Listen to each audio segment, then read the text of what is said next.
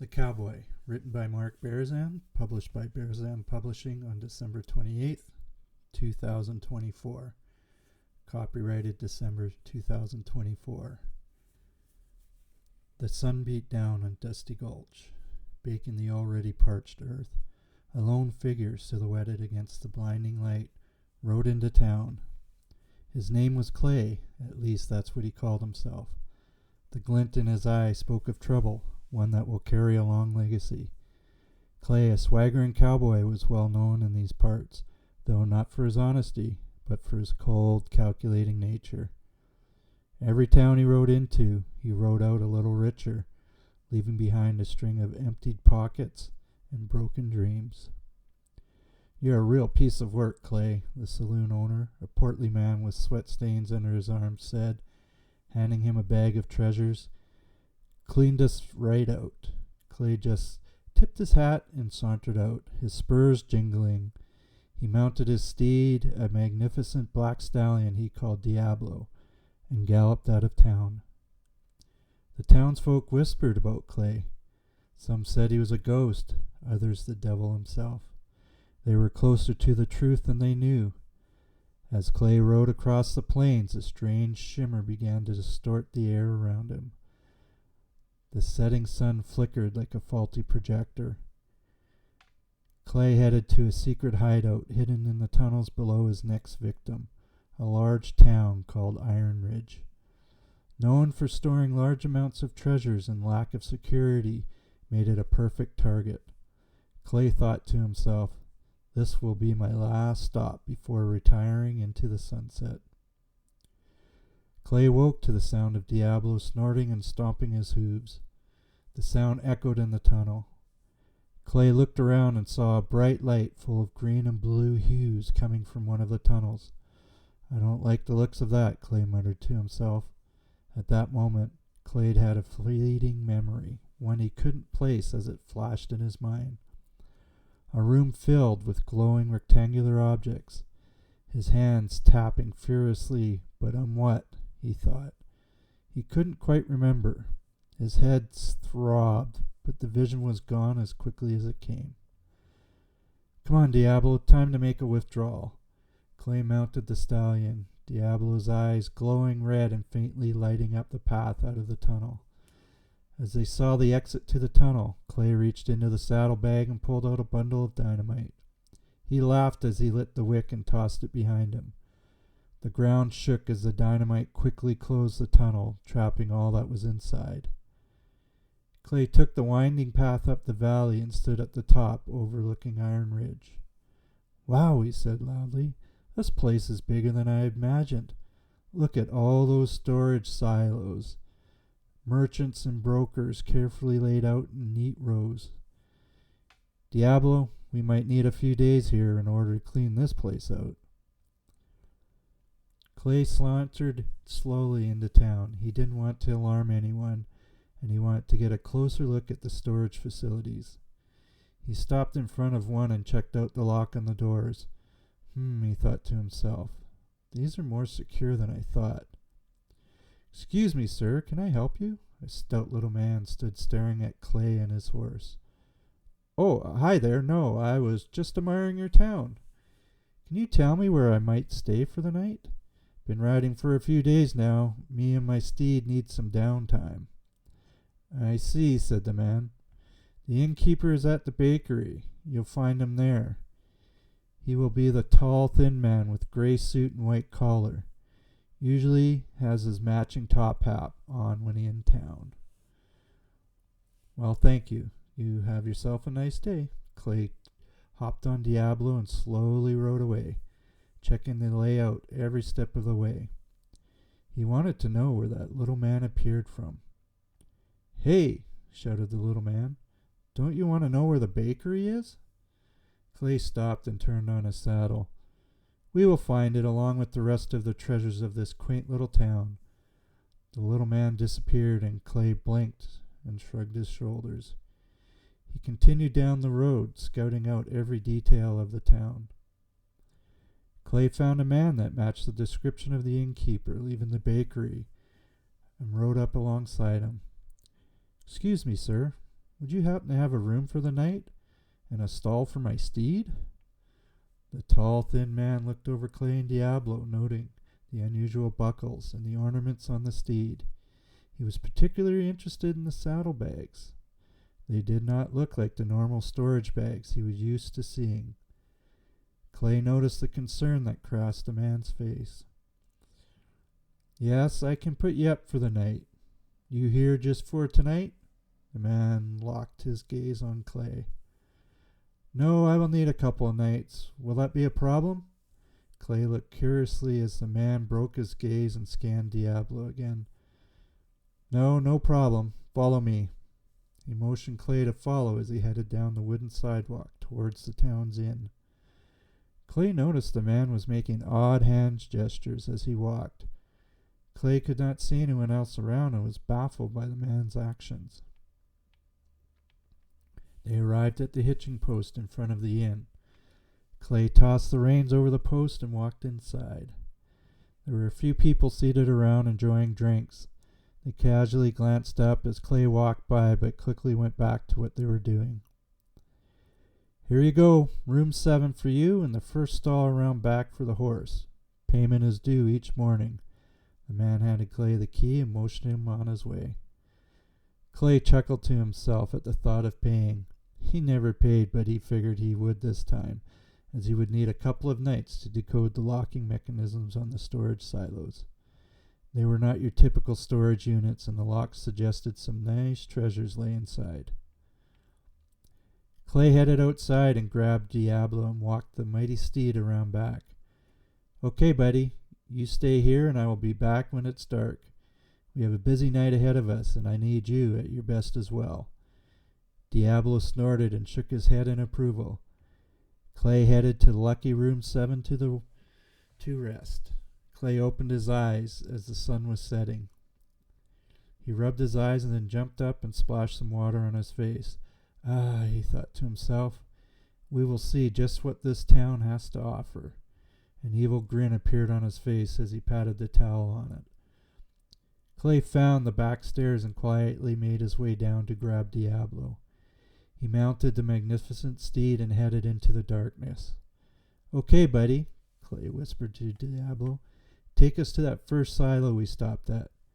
Diablo, with his red glowing eyes, could take the darkest paths and navigate the most difficult terrain. Clay often thinks what kind of horse he really is, as he just found him standing next to a creek all alone. Didn't even flinch when Clay approached. Was like he was waiting for him. They reached the silo. Clay looked around and dismounted Diablo.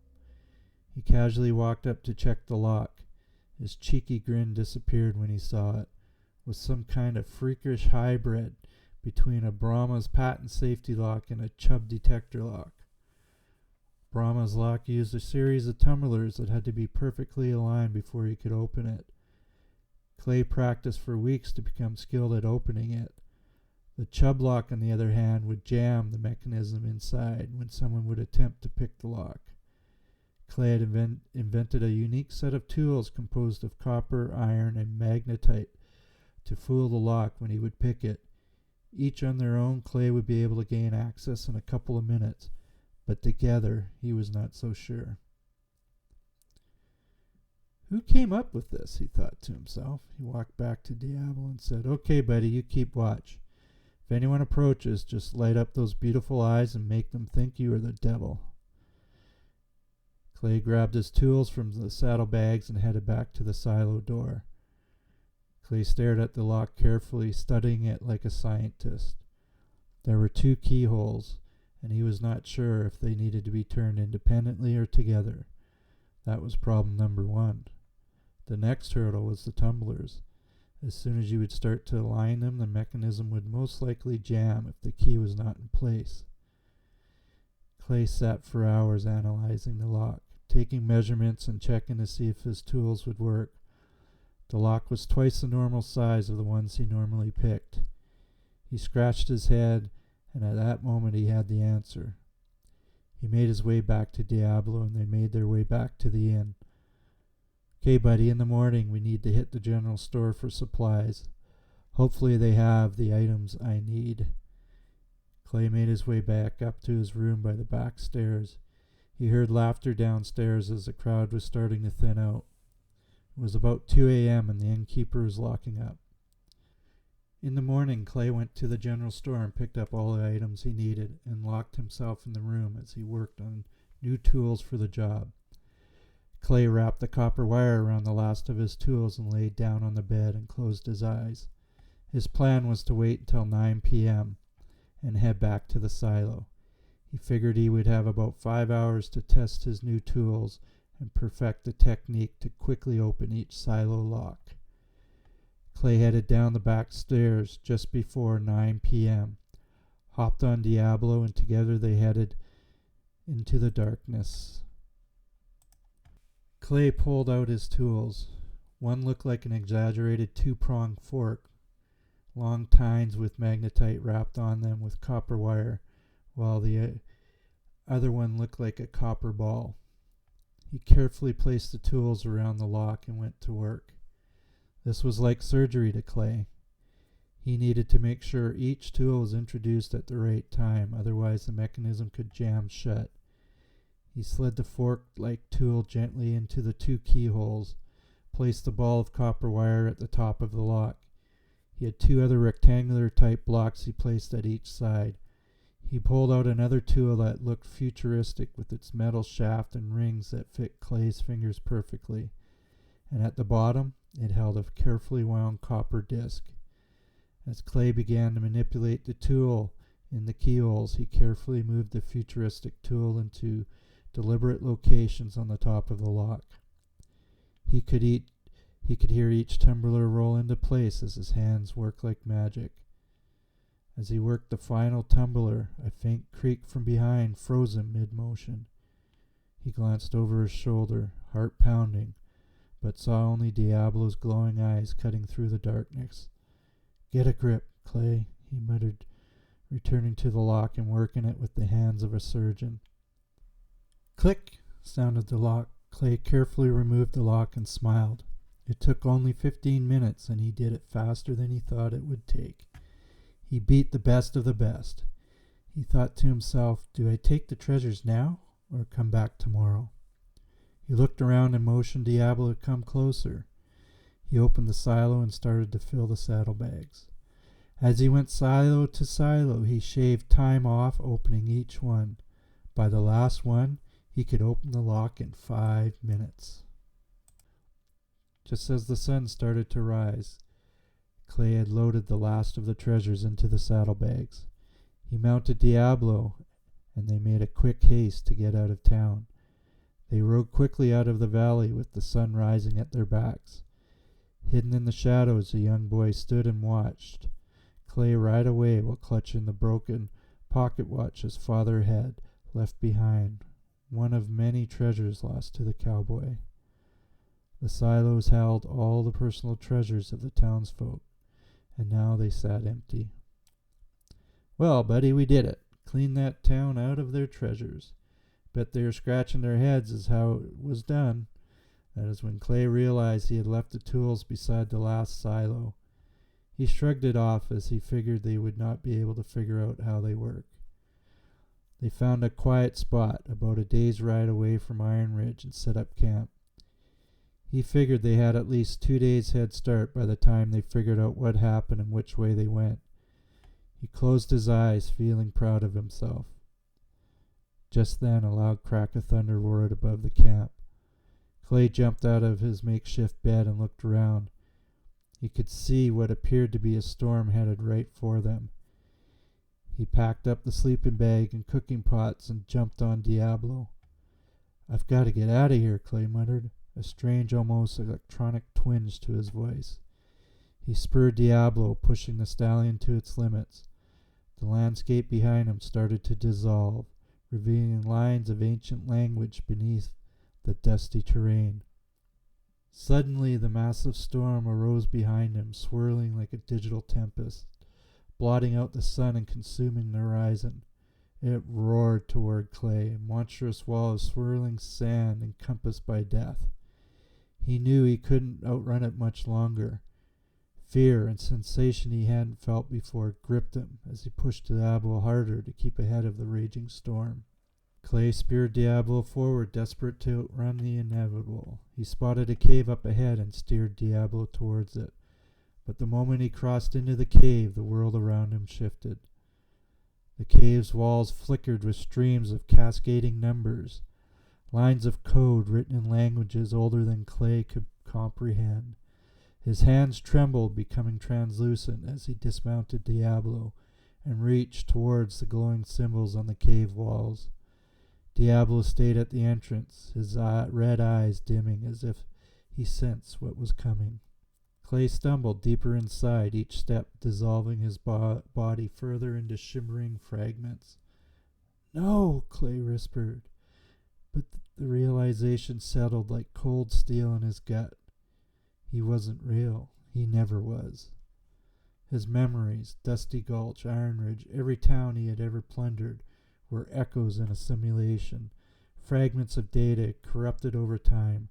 The antivirus program was here to erase him, to finally restore balance. As the last of his form dissolved, Clay's awareness fractured. He saw Diablo's silhouette retreat from the cave entrance. The black stallion lingered for a moment longer, staring at the place where his master had vanished, before galloping into the dust and disappearing into the rising sun. A few days passed before the town was alerted to the robbery. The townspeople whispered in hushed tones about the break-in at the silos. Every vault was found emptied, with no signs of forced entry. Locks that should have been impenetrable lay discarded on the ground, opened as if by some ghostly hand. The young boy, no older than 12, crouched behind the last silo as the townsfolk gathered to assess the damage. His small fingers clutched a pocket watch, one of many heirlooms that had vanished in the theft. But as he stood, his foot brushed against something partially buried in the dirt. A small, unassuming tool.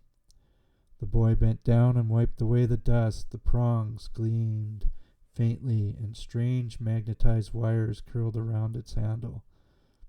He frowned, turning it over in his hands. Suddenly the watch in his pocket twitched and flickered. The hands on the clock began to spin wildly. The boy's eyes widened as the shadow of a horse, no more than a trick of light, flickered briefly on the silo's surface. "Diablo?" the boy whispered, though he had never heard that name before.